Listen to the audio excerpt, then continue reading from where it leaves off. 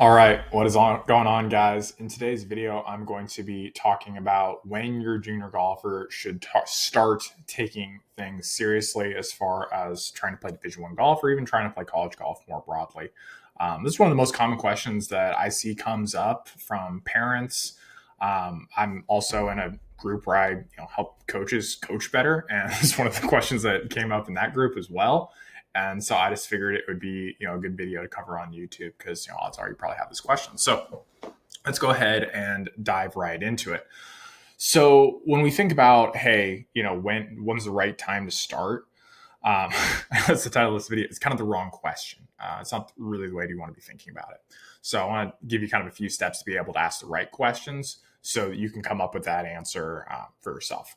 So number one, where are we trying to get to? Right? Like if our goal is, I'm going to use, kind of a different analogy. If our goal is to go to Harvard and we know that we need to have a 4.0 GPA in order to have any shot going to Harvard, when do we need to start taking, grades seriously?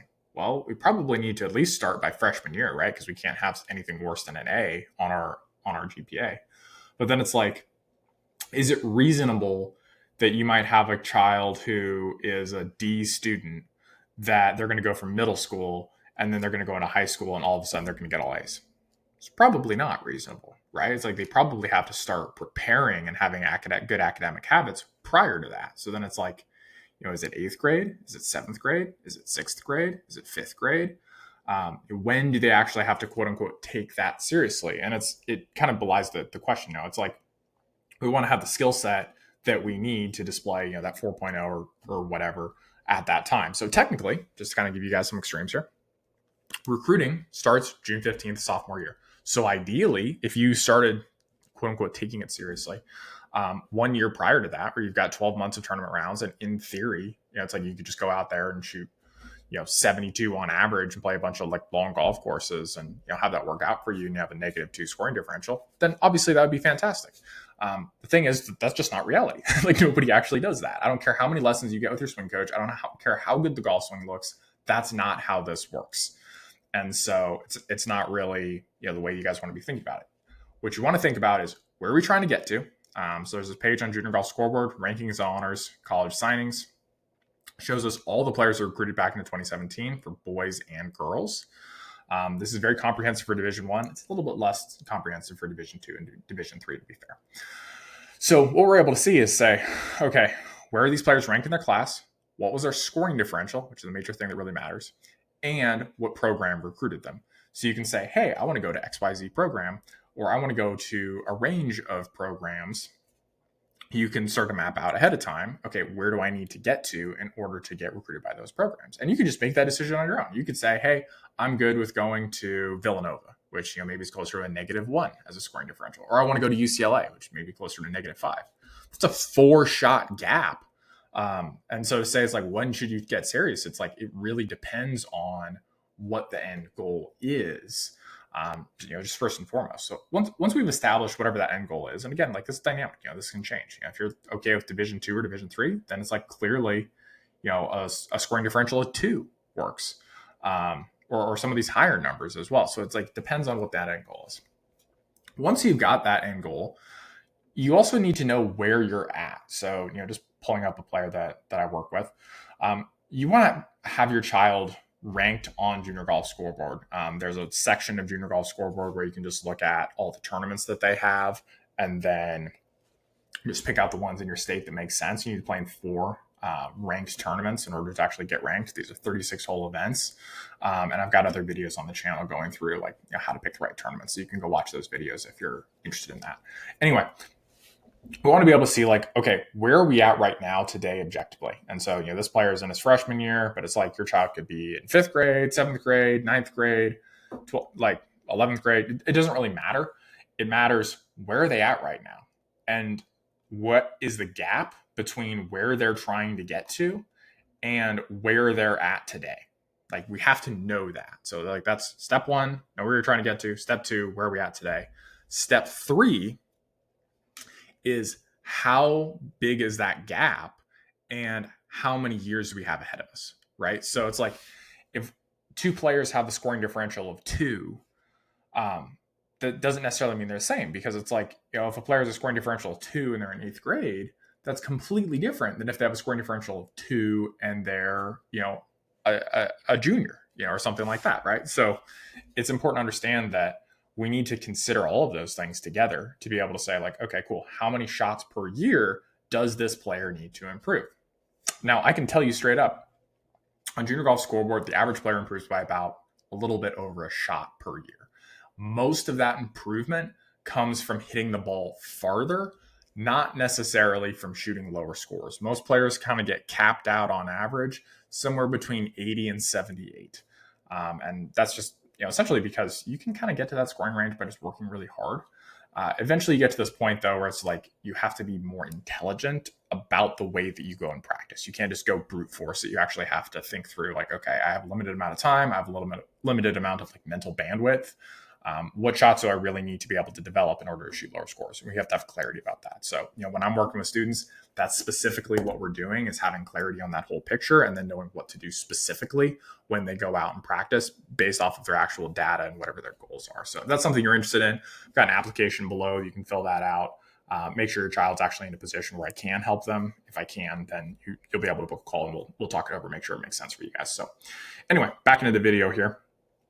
Once we have where we're trying to get to, where we're at now, we've got the distance between those two, we've got the number of years, we've got the shots per year that we need to improve by, then that's really where we want to be thinking with. And so, like I said, average player improves by about 1.2 shots per year. So you can do the math right now to say, like, I've got scoring differential of 4, I've got 2 years ahead of me, or my child, I got 2 years ahead of them.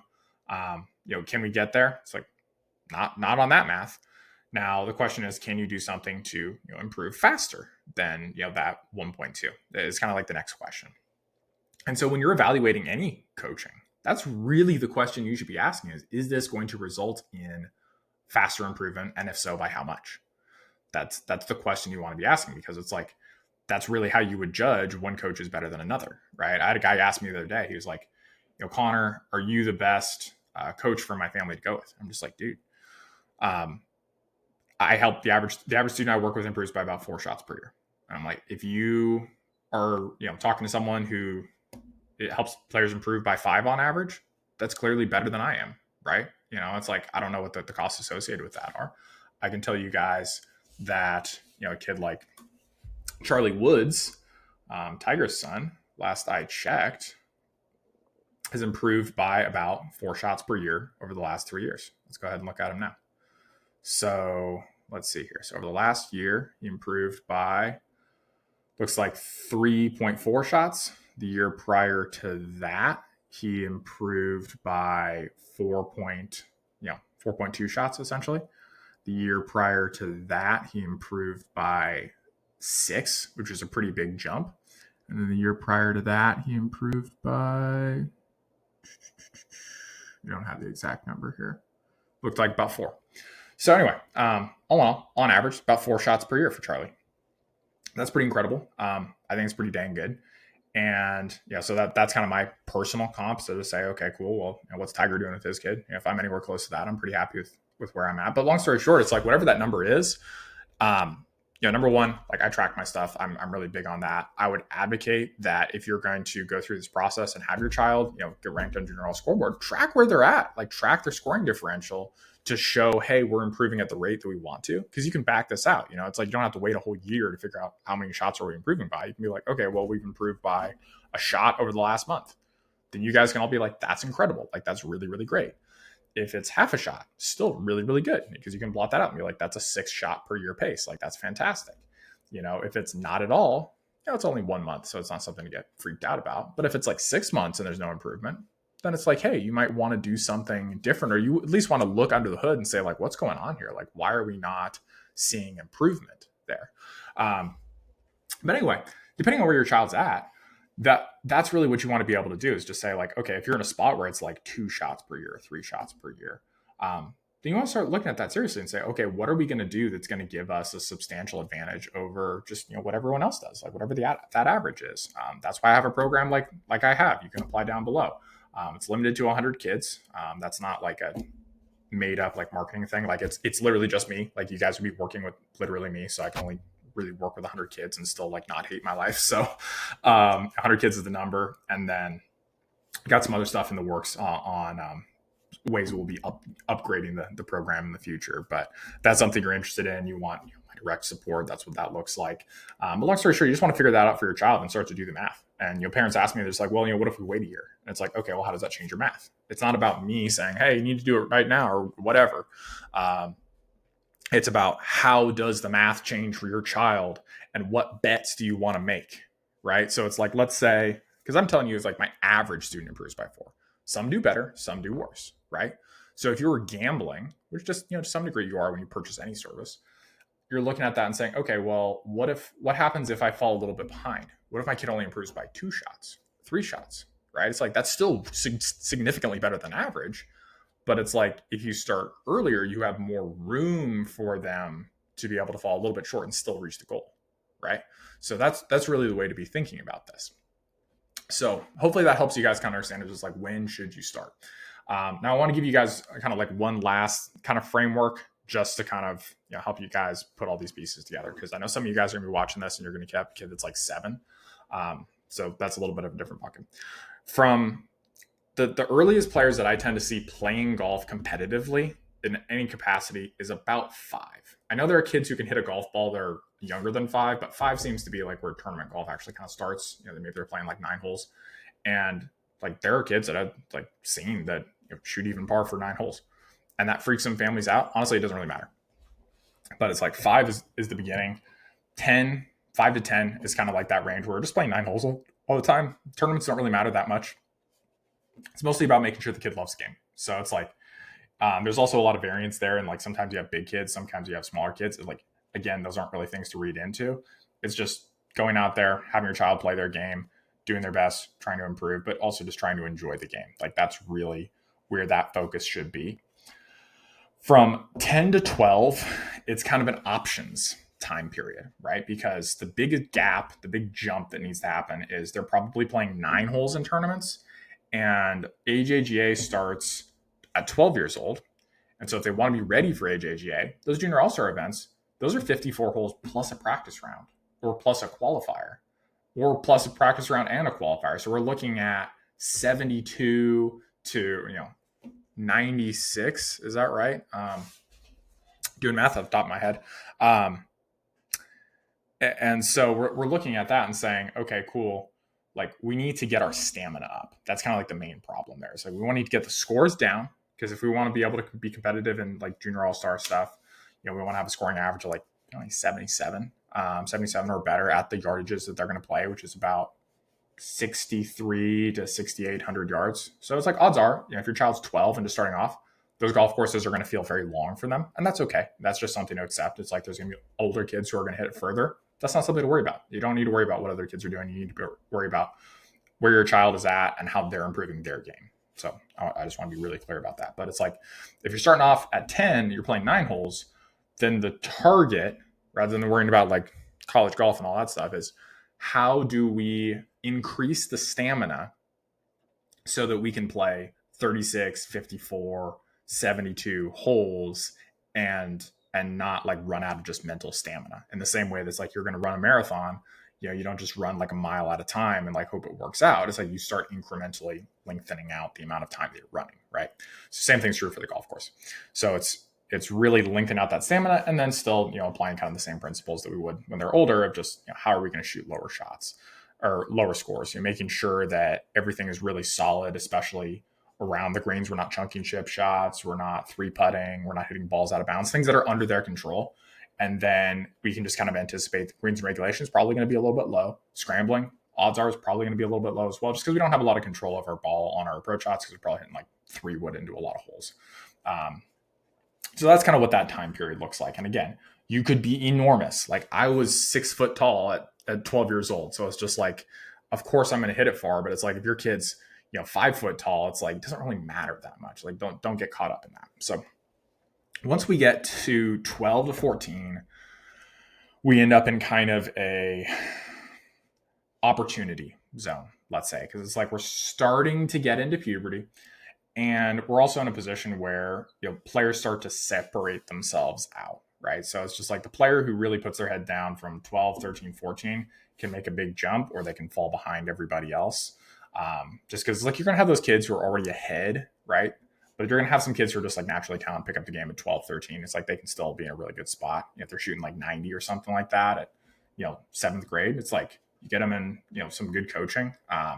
And you're producing that 4 shots per year. Again, you can just do the math on this. The other side of that coin is I'm working with players. I'm trying to get them to about 72, 74 on average to be able to play Division I golf. So you can just do the math on 90 minus 4 for whatever, 7th grade, 8th grade, 9th grade, 10th grade, 11th grade, 5 years, 20 shots. That's 70. So it's like you even fall short of that a little bit. Like you're still in a really great spot. So that's kind of where I look at like that range as being kind of like you can pick up golf, be able to shoot 90 like almost overnight if you have good athletic talent, and then get really dialed in and reach your goals. So 12 to 14, really great place to start digging in there. And then once we're 15, 16, obviously we already have to have some ability. Like if we're starting freshman year, where you're just picking up a golf club for the first time, you're going to have a bad time. Like we're probably not playing Division I golf. Even if we're at that, scoring average of 90 or whatever, it's just like, it's tough. Now, if we're just naturally talented and we have a scoring average of like, 77 or something like that, then absolutely that's going to work out for us. But 15, 16 is really like, that's go time. It very much is go time. Junior year, high pressure.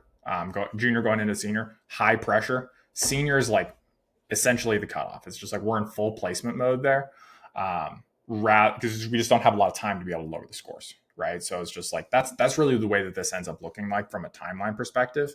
And so the question to be asking yourself with your child is like, where are we at right now? Where are we trying to get to? And what are the challenges that we need to overcome? Like, do we need to improve by a substantial number of shots? And that's the main problem. You could also be in a spot where it's like you've got a kid who's 10 years old who shoots 69 every time they go out on the golf course. So they're huge, that they have physical ability.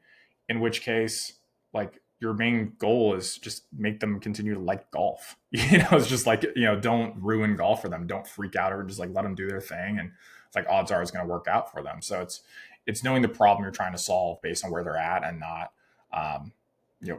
trying to create problems for yourself. So hopefully this makes sense. Hopefully this gives you guys some framework on when to take things seriously, how that's not exactly the right question to be asking, and really just think like, where's my child trying to get to, or where do they say they're trying to get to? Where are they at right now? How big is that gap? How much they need to improve, and what makes the most sense to do at this moment. So hopefully this makes sense. Once again, if you guys need support, link below, you can apply for my coaching. And again, that'll kind of take you through a process, make sure that you're actually a good fit from like a scoring perspective, because your kid needs to get 10 shots better in a year. Like I can't help them. Like I just want to be very clear about this. Not a marketing thing. I have literally like dozens of people every single month reach out where I'm not able to help them. So don't be afraid about that. Just fill it out, and at least it'll give you some perspective as far as what your child needs to do specifically in order to reach their goals. So hopefully, guys, this was helpful for you, and I'll talk to you in the next one.